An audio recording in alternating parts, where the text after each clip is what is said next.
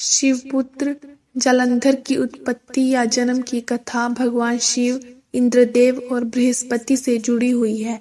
इस कथा से जानिए आखिर कैसे हुआ शिवपुत्र जालंधर का जन्म और क्यों शिवजी के क्रोध से भस्म होने वाले थे इंद्र। कथा के अनुसार एक बार इंद्रदेव और गुरु बृहस्पति भगवान शिव के दर्शन के लिए कैलाश पर्वत जा रहे थे।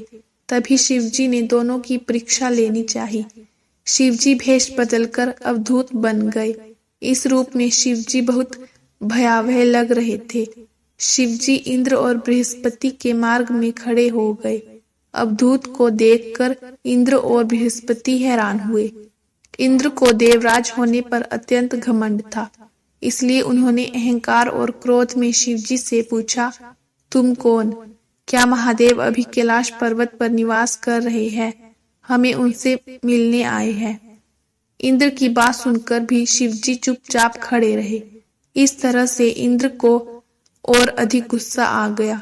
उन्हें लगा एक साधारण अवधूत द्वारा देवराज का अपमान हो रहा है।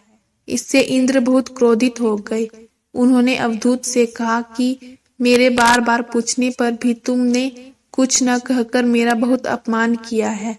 इसके लिए तुम्हें दंड दिया जाएगा। और इंद्र ने अवधूत पर प्रहार करने के लिए अपना वज्र उठा लिया।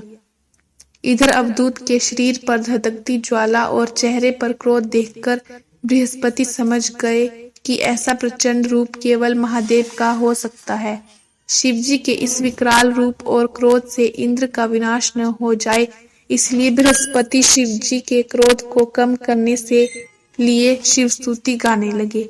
इतना ही नहीं, बृहस्पति ने इंद्र को महादेव के चरणों में लेटा दिया, जिससे इंद्र के प्राणों की रक्षा हो सके। लेकिन महादेव क्रोध में थे और मस्तिष्क से अब भी ज्वाला निकल रही थी। तब बृहस्पति ने कहा, हे महादेव, इंद्र आपके चरणों में है। अब आप अपने माथे से निकलने वाली इस ज्वाला को कहीं और स्थान दीजिए और इंद्र के प्राण की रक्षा कीजिए। शिवजी की तीसरी नेत्र से निकलने वाली ज्वाला इतनी तीव्र थी, इसे न जीव और न देवता सहन कर सकते थे। तब शिव ने इस तेज को एक समुद्र में फेंक दिया। ज्वाला को समुद्र में फेंकते ही एक बालक की उत्पत्ति हुई। शिवजी के तेज से जन्म लेने के कारण इस बालक का नाम शिवपुत्र जालंधर पड़ा। भगवान ब्रह्मा द्वारा ही जालंधर का नामकरण किया गया।